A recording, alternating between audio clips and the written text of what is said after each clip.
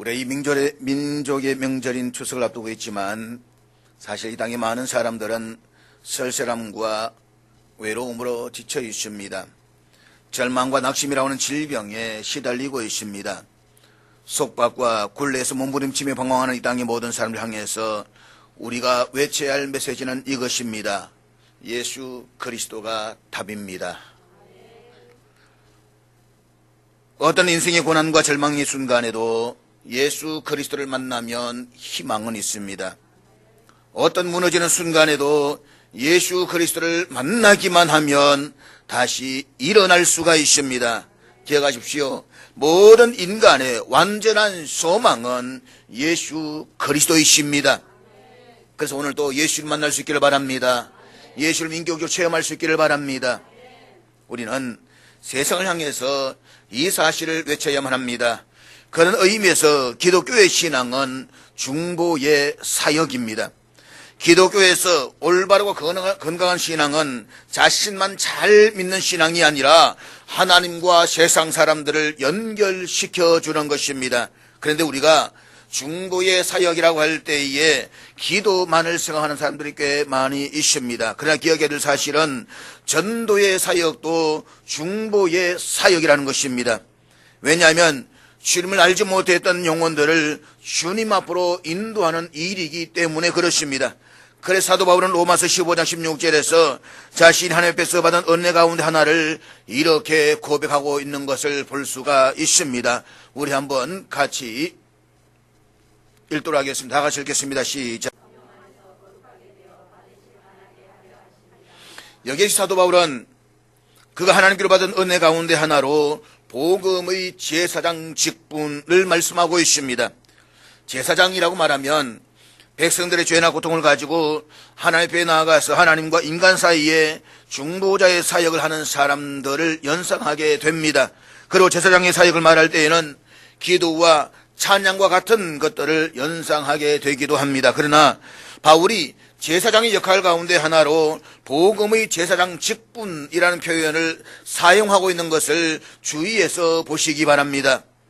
구약의 제사장들은 소나 양과 같은 제물을 하나님 앞에 드렸습니다. 그러나 본문에서는 이방인을 제물로 드린다라고 했습니다. 우리가 믿지 않는 이방인들에게 예수의 복음을 전하여서 그들이 그리스도 앞에 나올 때에 우리는 그 영혼들을 하나님께 제물로 드리는 사역을 감당하게 되는 것입니다. 그렇기 때문에 전도는 주님과 관계를 맺지 않고 살던 이방인들을 주님과의 관계를 맺게 하는 중보의 사역이 될 수가 있는 것입니다. 그래서 사도 바울은 믿음의 아들인 디모데를 에베소 교회에 보내면서 그가 교회에서 감당해야 할 사역의 내용으로 중보 기도의 중요성과 함께 중보 전도의 사역을 이야기하고 있는 것입니다. 그렇습니다. 우리는 믿지 않는 어떤 한 영혼을 주님 앞으로 인도함으로써 그 사람과 주님과의 관계를 맺어주는 중보 전도의 사역을 감당할 수가 있어야만 합니다. 사도 바울이 예수 그리스도의 중보되심과 또 중보되신 그리스도가 전파될 사실을 이야기하기에 앞서서 디모데전서 2장의 첫머리에서 중보 기도의 사역에 관한 이야기를 먼저 했습니다. 그렇다면 중보 기도와 예수 그리스도의 전파는 어떤 관련이 있습니까?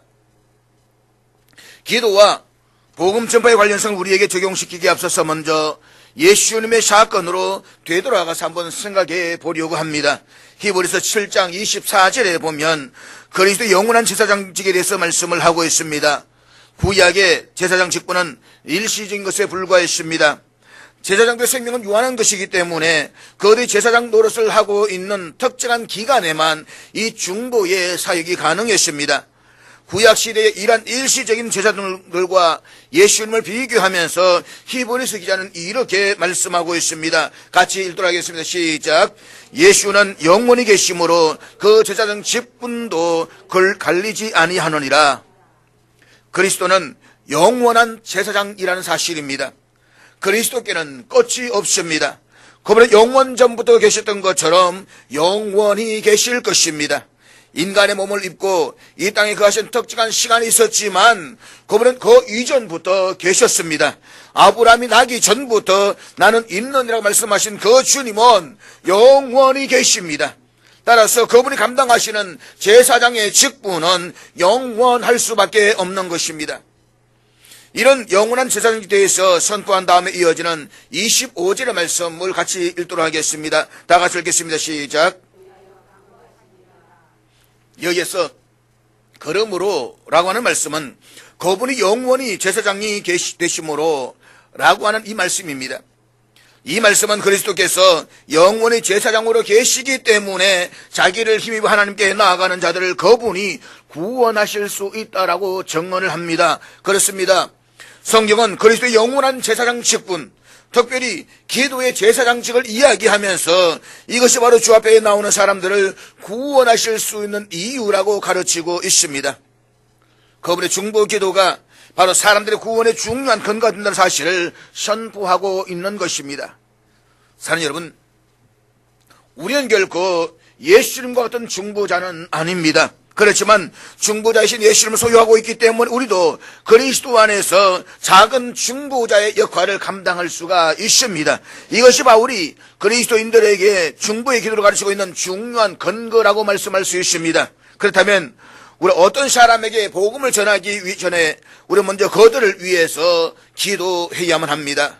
그 기도가 우리로 하여금 자연히 그들에게 복음을 전하게 만들고 또 그들을 구원으로 인도하게 하는 것입니다.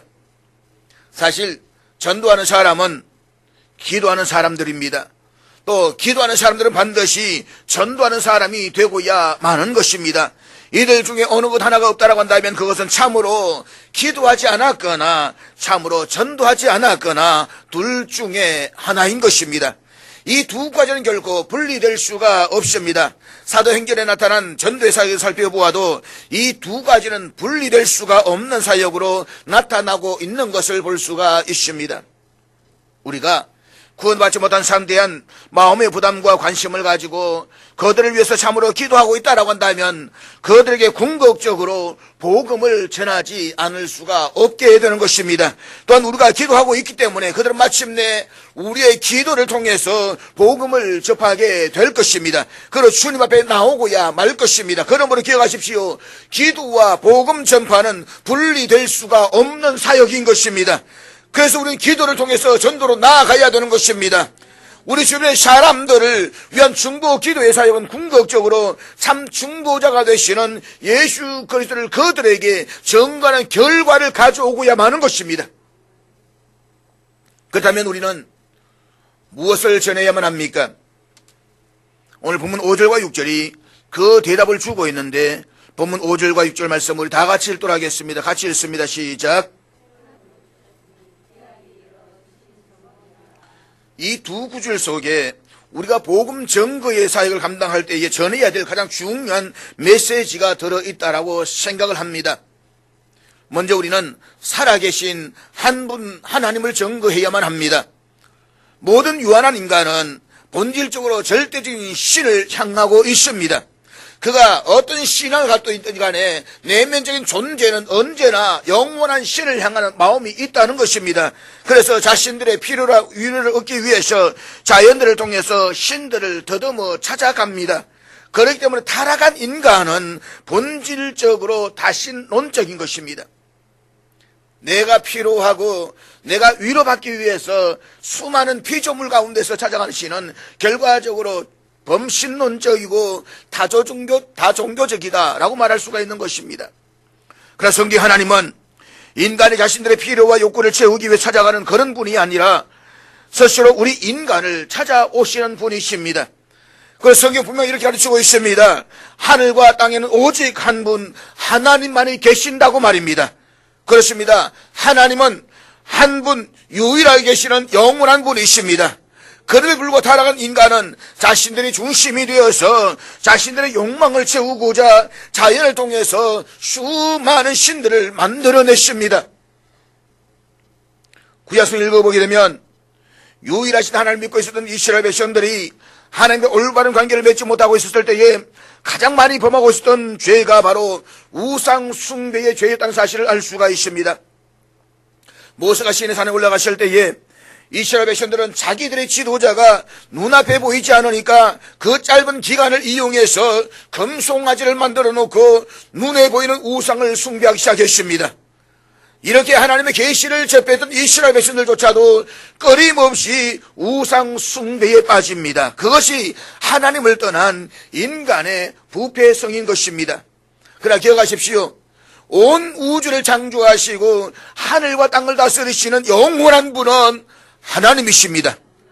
창조주 하나님, 그분만이 홀로 살아계신 하나님이십니다. 그분은 당신의 형상을 따라서 우리 인간을 창조하셨습니다. 그러므로 왕이시며 구원자이신 만군의 여호와께서 이렇게 말씀하십니다. 나는 처음이요 마지막이라 나 외에 다른 신이 없느니라. 우리 이 사실을 분명하게 전해야 되는 것입니다. 둘째로 우리는 한 분 중보자를 증거해야만 합니다. 본문 5절을 다시 한번 같이 보도록 하겠습니다. 5절 말씀 같이 읽겠습니다. 시작. 유대교인들은 철저하게 한 분 하나님을 믿습니다. 그러나 그들이 우리와 다른 점은 하나님께서 보내신 중보자를 인정하지 않는다는 것입니다. 그들은 예수님을 인정하지 않습니다. 하나님은 알고 있지만 하나님과 사람 사이에 유일한 중보자가 되시는 예수 그리스도를 알지 못합니다. 더구나 범죄에 타락한 인간은 성경의 계시를 떠나는 순간 다신론 속에 빠질 수밖에 없습니다. 중보자에 관해서도 마찬가지입니다. 하나님은 우리를 위해서 유일한 중보자 예수 그리스도를 보내셨습니다. 그래서 사람들은 피조물인 자연을 통해서 수없이 많은 가짜 중보자들을 만들어내고 있습니다. 그들은 모두가 타락한 인간이 자신의 위로를 채우고자 만들어낸 허상일 뿐인 것입니다. 칼라르라고 하는 로마 가톨릭의 신학자가 있습니다. 칼라르, 이 사람은 익명의 그리스도인이라는 아주 그럴듯한 이론을 내세워서 오늘 현대 기독교를 혼란시키고 있습니다. 여기서 익명의 그리스도인이라는 말은 세상에 믿지 않는 모든 사람들은 다 알려지지 않은 그리스도인이라는 것입니다. 제3세계, 불교 국가세계, 이슬람 세계 모든 사람들은 알려지지 않았을 뿐이지 그들도 그리스도인이다 이 말입니다. 이 주장을 따르는 사람들은 이렇게 이야기합니다. 예수님 한 분밖에는 중보자가 없다는 사실은 너무나 불공평하다. 하나님 모든 종교에 다 중보자를 주셨다. 불교에도 중보자가 있고 힌두교에도 중보자가 있을 수 있다. 그것은 다 그리스도와 비슷한 역할을 한다. 그러니까 그리스도만 유일한 중보자를 주장하는 것은 기독교의 독단론이다.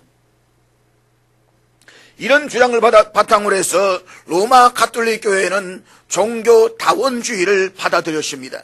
그러니까 기독교만이 아니라 세상의 모든 종교에는 다 구원이 있다는 주장인 것입니다.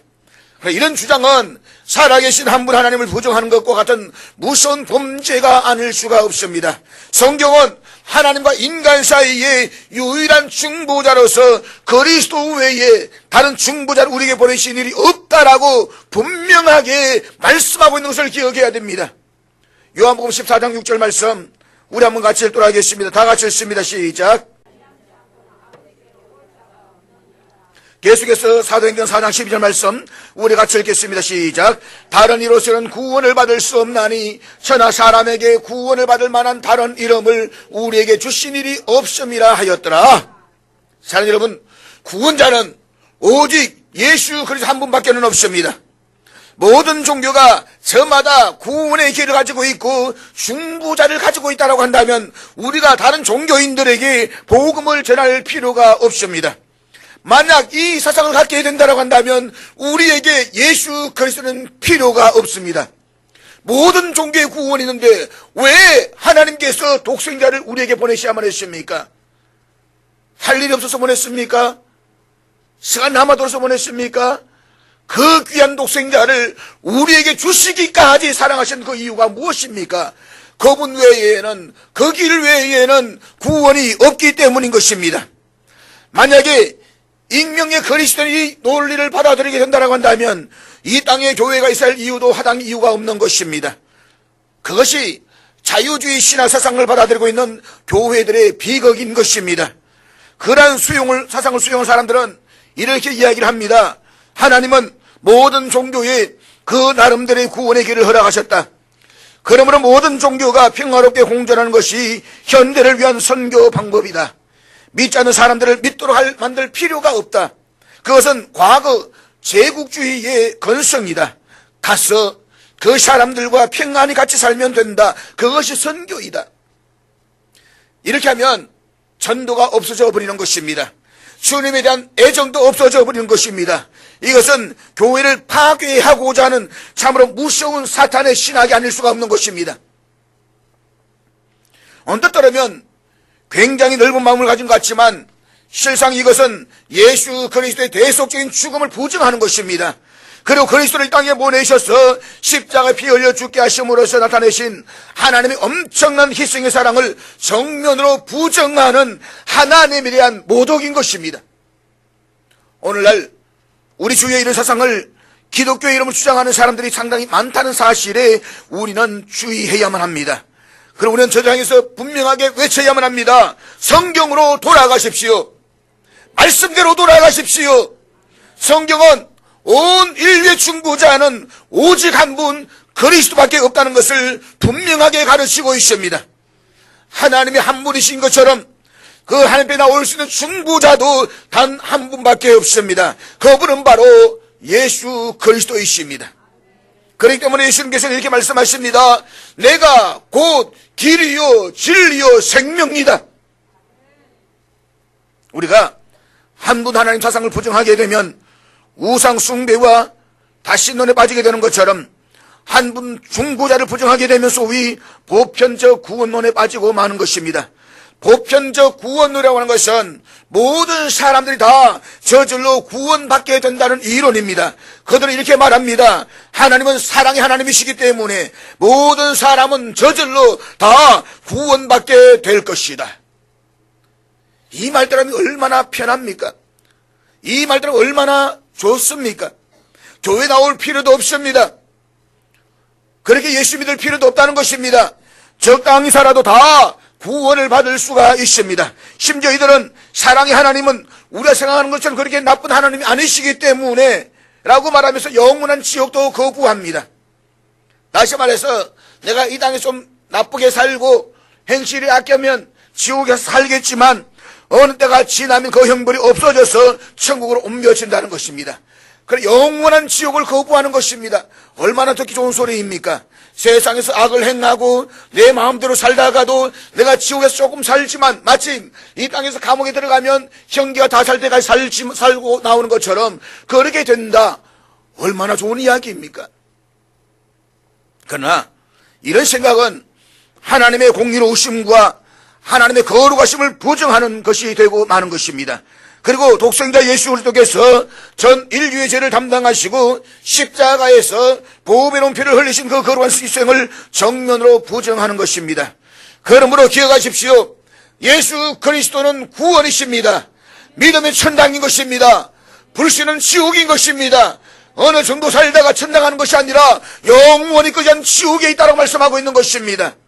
그러므로 오직 예수 그리스도만이 우리의 유일한 중보자가 되십니다. 그분만이 우리를 구원하실 수가 있습니다. 세상에 다른 길은 없습니다. 세 번째, 우리는 한 분 중보자이신 그리스도가 하신 일을 세상에 전해야만 합니다. 본문 6절 말씀 다시 한번 보도록 하겠습니다. 6절 말씀 다 같이 읽겠습니다. 시작. 그리스도께서는 구속의 값을 다 지불하셨습니다. 예수님께서 십자가에 돌아가실 때에 최후에 하신 말씀이 무엇이었습니까? 바로 다 이루었다라는 말씀이었습니다. 이것은 빚을 다 갚았다는 뜻입니다. 무슨 빚입니까? 우리의 죄는 하나님께 우리가 지고 있는 도덕적인 부채와도 같은 것입니다. 이 도덕적인 부채, 이 죄라는 빚은 지금부터 잘 해보기란 노력만으로 변상되거나 보상될 수가 없는 것입니다. 그 정도의 빚이라고 한다면 그리스도께서 오실 필요가 전혀 없었습니다. 우리 어떤 노력이나 어떤 선행도 이 죄를 무효화하거나 취소하거나 갚을 수가 없습니다. 우리 힘으로 전혀 해결할 수 없는 이 죄의 문제를 해결하기 위해서 하나님은 그의 아들 예수 그리스도를 속죄의 제물로 보내신 것입니다. 그리고 그가 십자가에서 죽으시고 보혈을 흘리셨을 때에 우리의 죄값은 다 지불된 것입니다. 우리가 더할 것은 아무것도 없습니다. 우리는 단순히 이 죄사함을 믿음으로 받아들일 뿐인 것입니다. 여기에 아무것도 보탤 수가 없습니다. 그런데 인간은 믿음만으로 뭔가 무심쩍어서 자꾸만 거기에 다른 그 무엇을 보태려고 하는 습성들이 있어 왔습니다.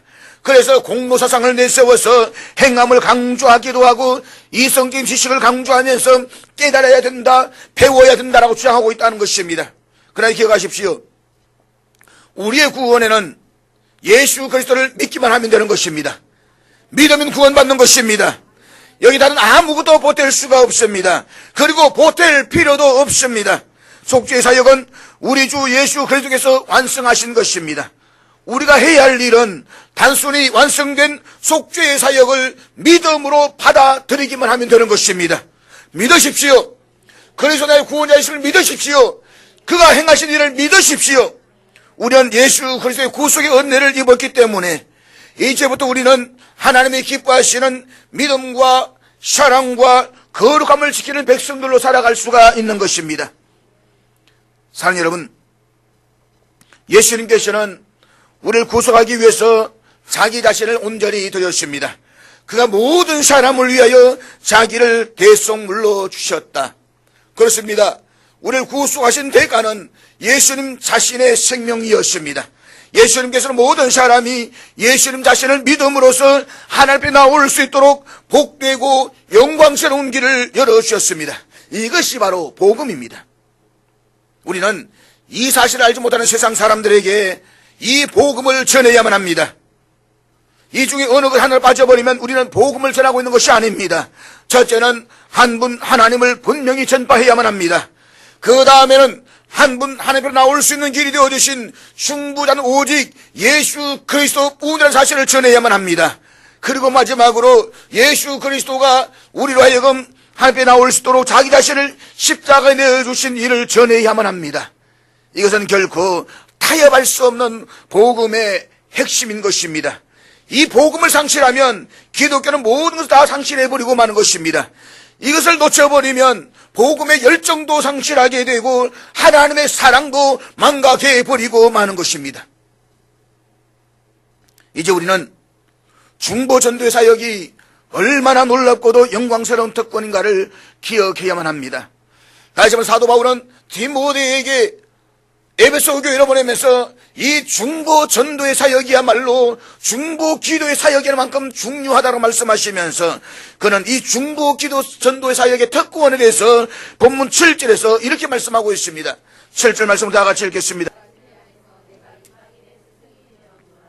사도 바울은 우리의 중보자가 되신 예수 그리스도를 전가하는 이 사역을 위하여 자신이 전파하는 자와 사도로 시험을 입었다라고 말씀을 하고 있습니다. 그런데 이 말씀은 바울에게만 적용되는 것이 아닙니다. 좁은 의미에서의 사도들은 이 땅에서 사라졌지만 넓은 의미에서의 사도들은 지금도 복음의 사역을 감당하고 있는 것입니다. 다시 말하면 복음서에서의 사도들은 예수님의 12 제자를 말하고 있지만 사도행전에서의 사도들은 모든 그리스도의 제자들을 다 통칭하고 있다는 것입니다. 사도라는 말은 보내심을 받은 자라는 뜻입니다. 이 사도라는 말과 아주 똑같은 의미를 지닌 단어가 있습니다. 그것은 바로 선교사입니다. 선교사의 뜻은 보내심을 받은 자라는 뜻입니다. 우리 일반적으로 선교사라고 말하면 아프리카 오지에 가서 전도하시는 해외 선교사님들 생각하실는지도 모르겠습니다. 그러나 넓은 의미에서는 이 선교사의 자리에 우리 모든 그리스도인들이 다 포함되고 있다는 사실입니다. 왜냐하면 주님께서는 지금 그리스도의 복음을 듣고 그분의 피로 구속함을 받은 모든 사람들을 온 세상으로 땅끝까지 보내고 계시기 때문인 것입니다. 그래서 누군가가 이렇게 말했습니다. 그리스도를 소유한 모든 사람이 다 선교사이며 그리스도가 없는 모든 사람이 다 비선교지이다. 이 말은 그리스도가 없는 삶, 그리스도가 없는 모든 땅, 그리스도가 침묵되고 있는 모든 장소가 다 우리의 선교지이며 그리스도를 위한 모든 사람이 다 선교사라는 이야기입니다. 그 다음에 이 사역은 얼마나 영광스러운 특권인 것입니까? 고린도후서 5장 18절에 보면 사도 바울이 이방인들에게 복음을 전한 놀라운 특권을 어떻게 생각했는가를 우리는 짐작해 볼 수가 있습니다. 5장 18절 다 같이 읽겠습니다. 시작. 이 말씀에서 우리란 그리스도에 있는 모든 사람을 다 가리키는 것입니다. 그리스도에 있는 모든 사람에게 화목하게 하는 직분을 주셨다라고 말씀을 하고 있습니다. 그렇다면 여기에서 화목하게 하는 직분이 무엇입니까? 이어지는 19절 말씀을 우리 같이 보도록 하겠습니다. 다 같이 읽습니다. 시작.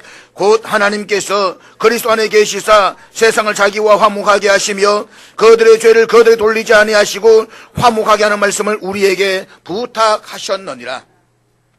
온 세상이 그리스도를 통해서 하나님 앞에 나아갈 수가 있게 되었다는 것입니다. 그리스도께서 오시기 전까지 온 세상은 하나님과 원수된 관계에 놓여 있었습니다. 하나님의 진노와 저주를 피할 길이 없었습니다. 그런데 이 온 세상 사람들이 그리스도를 통해서 하나님과 화목하고 하나님 앞에 나올 수가 있게 된 것입니다. 그리고 우리 주님께서는 세상 사람들을 하여금 하나님과 화목하게 만드는 이 놀라운 직분을 그리스도 안에 있는 모든 사람들, 저와 여러분에게 맡기셨습니다. 기억하십시오. 목사에게만이 아닙니다. 그리스도 안에 있는 모든 사람들이라고 했습니다. 그러나 사랑하는 여러분, 오늘 얼마나 많은 사람들이 이 직분을 행사하고 있을까요? 세상을 하여금 하나님과 화목하게 만드는 이 사역을 위해서 세상을 향해 나아가고 있는 그리스도인들이 얼마나 많이 있을까요? 화목하는 말씀을 우리에게 부탁하셨다라고 했습니다. 여기에서 우리란 그리스도 안에 있는 모든 사람들의 것을 기억하시기를 바랍니다. 이 당연한 사실을 강조하는 이유가 무엇입니까? 우리는 본능적으로 이런 놀라운 직분이 복음을 위해서 전념하는 어떤 특정한 지도자들에게만 맡겨져 있다는 사실을 갖고 있기 때문인 것입니다. 선교사님들, 목사님들, 그분들에게 이 직분이 주어졌다. 그러나 기억하십시오. 그것은 여러분이 스스로 주께로부터 받은 특권을 포기하는 것입니다. 이것은 주께로 받은 위대한 특권인 것입니다. 그리스도가 온 세상을 위해서 화목제물이 되어주신 것처럼 우리도 그리스도를 온 세상에 전파할 수 있는 위대한 특권을 부여받았다는 것입니다. 그래서 계속되는 20절 말씀 한번 같이 보도록 하겠습니다. 20절 다 같이 읽겠습니다. 여기에서 사신이라는 말을 우리가 쓰는 오늘말로 바꾼다라고 한다면 그리스도를 위한 대사라고 말할 수가 있습니다. 미국에 나가 있는 한국 대사는 대한민국 정부를 대표하고 있습니다. 그래서 대한민국 정부와 미국 정부 사이의 다른 역할을 감당하고 있습니다. 더 나아가서 미국 주재 한국 대사의 책임은 대한민국과 미국을 화목하게 하는 데 있다는 것입니다. 그렇습니다. 우리는 그리스도의 대사입니다. 우리는 그리스도의 대사로서 이 세상에 살고 있습니다. 그렇다면 우리의 책임은 무엇입니까? 온 세상 사람들이 그리스도로 말미암아 하나님과 화목하도록 하는 것입니다. 그렇다면 묻습니다. 여러분은 이 특권을 행사하고 있습니까? 우리는 관념적으로만 예수를 믿지 행동과 삶으로 전도하는 사람은 적습니다. 한번 전쟁터를 연상해 보시기를 바랍니다. 전쟁터에서 어느 날 병사들이 서로 작당을 합니다. 우리가 왜 이 전쟁터에서 이렇게 고생을 해야만 하는가? 장군들이나 전쟁터에 보내서 싸우라고 하고 우리는 좀 편히 쉬자. 이것이 말이 되는 소리입니까? 이것은 말도 안 되는 소리입니다. 그런데 문제는 이 말도 안 되는 소리가 오늘 교회 안에 존재하고 있다는 것입니다. 그래서 제임스 케네디라는 목사님은 이런 말씀을 했습니다. 목사는 운동선수가 되려고 해서는 안 된다. 코치가 되어야 한다. 유능한 코치는 나가서 직접 뛰는 사람이 아니라 사람들로 하여금 뛸 수 있도록 만들어주는 사람이다. 여러분, 목사 한 사람이 전도를 해야 얼마나 할 수가 있을까요? 사실 이 세상에서 제일 전도할 수 없는 사람이 목사입니다. 목사가 하는 사람들은 교인들입니다. 바깥에 나가면 믿지 않는 사람들 가운데 목사가 하는 사람은 거의 없습니다. 저도 언양에 가면 인사하는 사람 보면 다 교인들이지 안 믿는 사람은 없습니다. 저기 붕붕 카세타 사장님하고 그 다음에 뭐 몇 사람밖에 없지 전부 다 그리스도인들인 것입니다. 그래 본다면 예수를 믿은 지 오래된 교인들도 전도할 가능성이 적습니다. 이미 인적 자원을 다 전도했기 때문인 것입니다. 아는 사람이라고는 믿는 사람밖에 없다는 것입니다. 그래서 전도 대상자를 가장 많이 가지고 있는 사람은 예수를 믿은 지 얼마 되지 않는 사람들입니다. 이 사람들은 주변에 거의 대부분 믿지 않는 사람들이다라고 하는 것입니다. 그러나 여러분, 그럼에도 불구하고 우리 모두에게는 전도해야 할 책임이 있습니다. 특권이 있는 것입니다. 그리고 전도할 수 있다는 것은 우리 그리스도인들이 주어진 최고의 믿음의 특권인 것입니다. 사랑하는 여러분, 전도에 도전해 보십시오. 이제 명절이라서 열흘 동안 쉬는 황금기입니다. 어떻게 놀까, 무엇을 놀까를 생각하지 말고 내 형제들에게, 내 이웃들에게 어떻게 전도할 걸 한번 좀 고민해 보십시오. 전도는 내 힘만으로 할 수 있는 것이 아닙니다. 그렇기 때문에 전도를 시작하려고 하는 사람은 기도하게 되는 것입니다. 한 영혼을 구원하고 살리는 것이 하나님이 아니시면 못하는 것입니다. 그래서 하나님을 더 의지할 수밖에 없는 것입니다. 때문에 전도하고자 하는 사람은 기도하게 되는 것입니다. 한 걸음 더 나아가서 전도를 시작하면 우리의 삶에 교훈화가 일어나기 시작하는 것입니다. 전도하면서 자신의 생활 한번 형편없어 보십시오. 얼마나 말문이 막히겠습니까? 명절도 여가지고 예수 믿는다라고 하는 것 때문에 뺀질거리지 마십시오. 가면 더 많이 일하십시오. 돈도 좀 더 내놓으십시오. 다른 데 좀 덜 쓰면 되잖아요. 더 내놓고 더 일 많이 하십시오. 구전 설거지 다 하십시오. 예수쟁이라고 나 제사 안 드려요, 제사 음식 안 만들어요 해서 뺀질뺀질거리면 전도 되겠습니까? 내 죽었다 깨어나도 안 믿는다고 하지 않겠습니까? 제가 아는 어떤 학생이 있는데 지금 계대의 무용학과의 아이입니다. 이 아이의 외삼촌이 목사입니다. 근데 애가 교회를 안 나가요. 왜 안 나가냐라고 하니까 우리 외삼촌 때문에 교회 안 나간대요. 이걸 어떻게 이야기해야 됩니까? 외삼촌이 목사님이신데 그 외삼촌 때문에 교회 안 나간대요.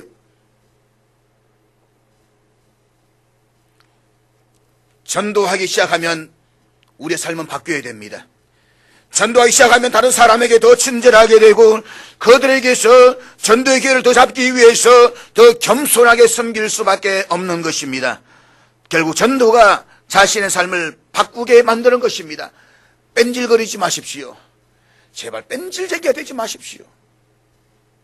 사랑하는 여러분, 우리 주님께서 중보의 기도 못지않게 우리에 부탁하신 중요한 사역은 바로 전도의 사역입니다. 이방인을 주 앞에 드리는 복음의 제사장직, 이 전도의 사역은 그리스도인들에게 주어진 소중한 특권인 것입니다. 사도 바울에 있어서 이처럼 소중했던 특권이 오늘 저와 여러분이 주어진 특권 사실을 잊지 마십시오. 그리고 우리에게 맡겨진 이 사명을 충성되게 감당하는 저와 여러분 될 수 있기를 주의 이름으로 축복합니다.